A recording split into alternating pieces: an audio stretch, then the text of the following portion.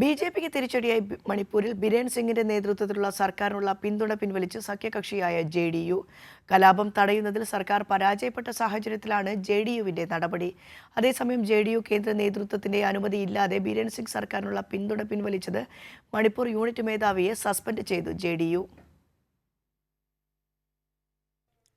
മണിപ്പൂരിൽ ബീരൺ സിംഗിന്റെ നേതൃത്വത്തിലുള്ള ബി.ജെ.പി സർക്കാരിനുള്ള പിന്തുണ ജെ.ഡി.യു പിൻവലിച്ചതോടെ കടുത്ത പ്രതിസന്ധിയിലാണ് ബി.ജെ.പി. പിന്തുണ പിൻവലിച്ച് ഏക എം.എൽ.എ.ആയ മുഹമ്മദ് അബ്ദുൾ നാസിറിനെ സഭയിൽ പ്രതിപക്ഷ എം.എൽ.എ.ആയി കണക്കാക്കണമെന്ന് ചൂണ്ടിക്കാണിച്ച് മണിപ്പൂർ ജെ.ഡി.യു അധ്യക്ഷൻ ഗവർണർക്ക് കത്തയച്ചു. പിന്തുണ പിൻവലിക്കുന്നത് സർക്കാരിനെ ബാധിക്കില്ലെങ്കിലും കേന്ദ്രത്തിനെതിരെയുള്ള മുന്നറിയിപ്പാണ് നിതീഷ് കുമാർ നയിക്കുന്ന ജെ.ഡി.യു നൽകിയതെന്നാണ് പാർട്ടി വൃത്തങ്ങൾ പറയുന്നത്. നാഷണൽ പീപ്പിൾ പാർട്ടിയും ബീരൺ സിംഗിനുള്ള പിന്തുണ നേരത്തെ പിൻവലിച്ചിരുന്നു.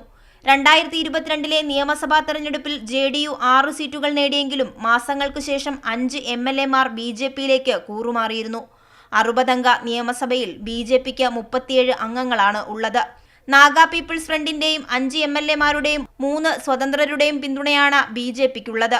കഴിഞ്ഞ വർഷം നടന്ന തെരഞ്ഞെടുപ്പുകളിൽ 12 സീറ്റുകളാണ് നിതീഷ് കുമാറിന്റെ ജെ.ഡി.യു രാജ്യത്താകമാനം നേടിയത്.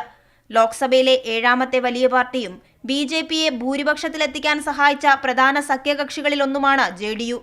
ഈ വർഷം നിയമസഭാ തെരഞ്ഞെടുപ്പ് നടക്കാനിരിക്കുന്ന ബീഹാറിലും ബി.ജെ.പിയും ജെ.ഡി.യുവും സഖ്യകക്ഷികളാണ്. കൈരളി ന്യൂസ്, ദില്ലി.